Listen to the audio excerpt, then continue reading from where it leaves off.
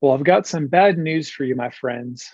Whenever you travel abroad, you're definitely going to experience some level of homesickness, especially for international students and professionals. When you're going abroad to work or study, homesickness is a reality that's really tough. It's really hard. Culture shock kind of punches you in the face. We've got some tips, some advice to really help you to overcome that and thrive living, working in a cross cultural context. So, check it out. Hey, friends, welcome to Chine Coaching. I'm Rob. And at Chine Coaching, we really want to help you guys thrive and succeed in your cross cultural journeys. And there's definitely culture shock for short trips, long visits. And it's really difficult if you're not new to these kind of things. So, we're going to be talking about homesickness, how to overcome it. We've got our international student friend, Jay, who's going to talk about his own experience.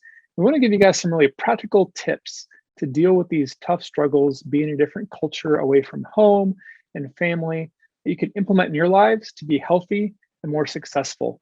So Jay, go ahead and introduce yourself, buddy. Thank you, Rob, for inviting me to share my experience in this video. And this is very something like a key topic, apart from your own ambition, your own passion you want to do. Myself, Shah, I landed in US in 2017, and I completed like 5 years staying over here itself in Dallas-Fort Worth area.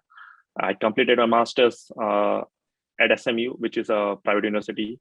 I graduated in 2018, and after that, I've been working in Dallas, accustomed and adjusted to this environment. And I'm very happy that I made a decision to coming to Dallas and working over here. So Jay, why is homesickness really common among people coming to America, especially for international students? So homesickness, or maybe like a FOMO, fear of missing out, it's very common for younger generations, for students. Because this is something that you have to deal with it. You will be staying away from your family, your friends, your relatives, or maybe sometimes it can be your spouses or kids as well, because you cannot bring your entire family over here in United States. Myself, like I've been staying in USA for like 5 years, and I just visited only once. Myself, I have stayed 5 years over here in USA, especially in Dallas, and all these 5 years were in Dallas-Fort Worth area. And it was only once I visited my home country, India, and got like just 30 days to visit my family and come back. And it was COVID, it was pandemic, travel restrictions, and lot like me, several other students weren't able to go back to the home country, visit the family, friends, attend functions, religious activities, etc. Homesickness has been a very common scenario. And not only with this homesickness, there is like anxiety, depression, stress, which is also happening with young students, but it's common, and there are ways we can overcome it. You just need, patience. You need to have a steady mind, get adjusted to the new environment, to new city, and things will be way easier. Everyone know that we'll be staying away from our family, friends, relative, kids, spouses. If you have dependents, you won't have them with you, and there will be cultural shock as well. So these are some of the things which are very, very common over here in United States. And there's definitely typical patterns for culture shock and homesickness for people going abroad as expats. So if you go somewhere for 6 months or less, that's just called culture stress. So a couple weeks, couple months, maybe a summer semester, you've always got that mentality that I'm just here for a short bit and it won't be long till I'm back home. So any cultural struggles you face is just culture stress. But anytime you're in a place for 6 months or longer, that's when it gets to culture shock. And usually those first several months are fun. That's the honeymoon stage. It's fun, it's exciting, it's a new place. Most students really love that first semester, but it's usually at the end of the first semester or beginning of that second semester. So 5, 6, 7 months in is where that honeymoon crashes and the real culture shock hits. And that's where you really miss home. You're not liking the new culture. Everything is hard and different. You miss food, family, friends. And that's when you're kind of down in the trough and this place stinks. Eventually, you're hopefully going to bounce back and have a healthy balance of, missing those things from home, finding ways to implement those in your life here in the States, but also enjoy new parts of the culture and adapting that to your life as well. So yeah, Jay, what are some of those different ways that people can overcome homesickness and battle that culture shock? If students are like traveling outside, pursue higher education, or maybe for like job perspective as well, be it in United States or in Eastern countries like Australia, New Zealand, or be whatever, you will be staying apart and far away from your family for like couple of years or maybe more than 4 to 5 years. Some of the where you can overcome homesickness is like, first of all, once you land in United States, you will definitely be in touch with the family or friends. You will be talking every day over FaceTime, doing Zoom calls and everything. And suddenly you will feel, I'm missing these people, and you will be stuck in one room. You won't talk to anyone. You will feel like crying every day. You will feel like restless. You will feel tired. There will be a lot of other bad qualities like depression, anxiety. But I would always suggest get outside your room. Make your room a positive environment. Get used to the new city you live in, and then make new friends apart from your roommates or flatmates. If you are in a university, get enrolled into a lot of organizations. There will be, if you're from India, there will be Indian Student Association. If you're from China, there will be Chinese Association. So this will help you to get used to your own community. There won't be like a language barrier. You can talk with your same mother tongue if you meet some of the same friend from your city. So start adopting some of these skills first, and then if you feel like tired or demotivated, I would suggest reading motivational books, listening to some of the podcasts from great speakers, and getting inspired, because that is very important. It will be a new city, new country. You will feel demotivated, and there will be a cultural shock as well. So do a thorough research of your own city, so that you will feel, I'm liking the city, I'm liking my area, I'm liking my neighborhoods. Doing some of this research about your own city is very important. If you are missing your cultural traditions and religious activities, considering United States, we have a lot of different and major metropolitan cities. Each city will have various worship places, like for Christian, for Jain, for Hindu, for Sikhs, for Buddhist. All cities will have some of the either worship places, so you can go and attend those and continue doing what you used to do in your home country. So this will help you that you're not missing out. For example, if there was like Chinese New Year, we have in New York, there is a famous China City. So you can go and attend those, and you're not missing out all these activities. Similarly, attending traditional events, cultural events in your university, in offices also, they host happy hours, they host like Christmas parties. So go and attend those, so you will get accustomed and adjusted to the what is happening in your neighborhood, in your city, in your organization. With that also, you can check online. There are a lot of websites like sulekha.com, pragati.com. Facebook has a lot of events based on the areas. You can attend TEDx events. You can attend community events too. So all these websites will have a meetup pages, so we can go and attend any of these meetups. Finally, I would say, like, try to make new friends, new network, new connections, because that will help you to get adjusted to the new environment, new city, because you have to make your mindset very clear, because you're not coming for a like shorter time. If there is like shorter time for like 6 months to 1 year, then it's fine, you're going back to your home country.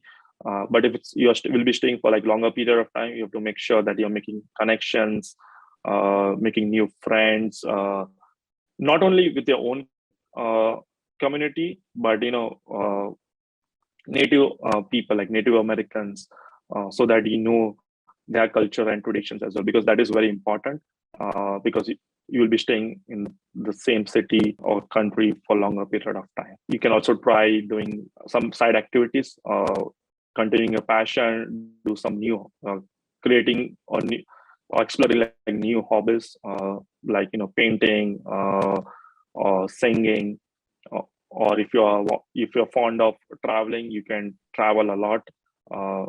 This in this way you can see new cities, or try different cuisines, uh, your own, of course, your own cuisine, but different Mexican, American, Chinese, Thai cuisine. So exploration is very important. Finally, we have China coaching, where Rob gives a lot of advices to international students in regards to cultural exchange, cultural shocks, and advices. So you can contact Rob and any of us who can guide you to overcome homesickness, fear, anxiety, and other parameters.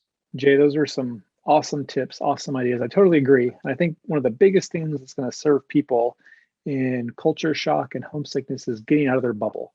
It's great to be connected to your own local community whenever you're abroad, but more importantly is adjusting and integrating to the place that you're going with those locals, not just your own culture. And the more you make friends, the more you pick up fun things to do, hobbies, pastimes, and allow your life to experience local culture, the more it's going to really combat that homesickness that's going to be debilitating for you and keep you from really enjoying and thriving in a different place, far from home and friends. So our chat question to you guys is, have you ever experienced homesickness before going abroad?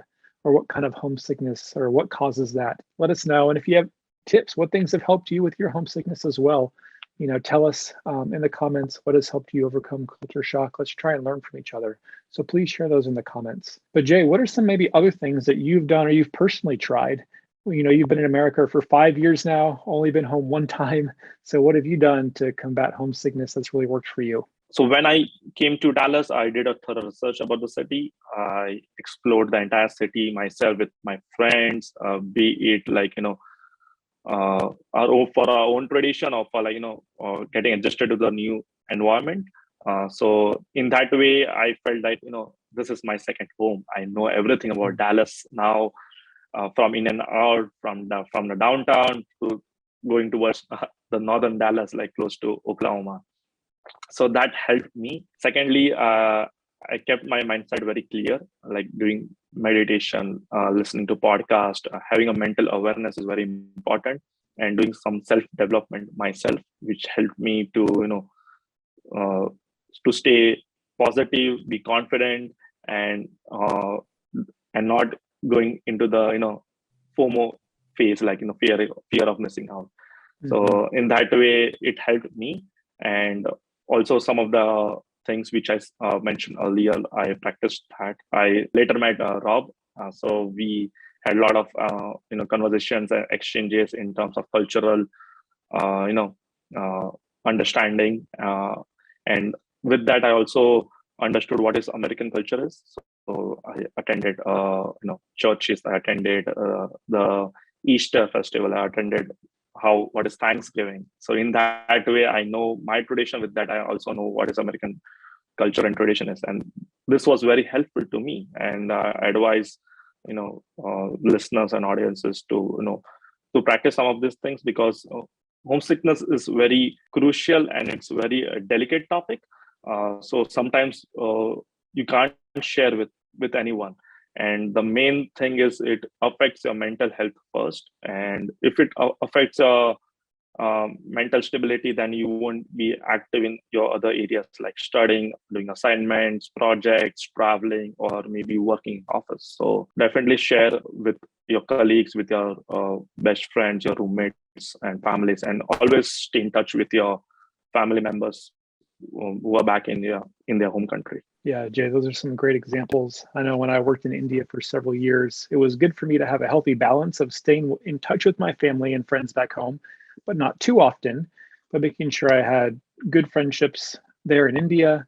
I found hobbies and things to do, like going to the gym and finding new things, and like learning cricket, and new sports to play, and exploring the culture and attending the festivals, and sharing our culture, learning the Indian culture, but also sharing my American culture on that back and forth.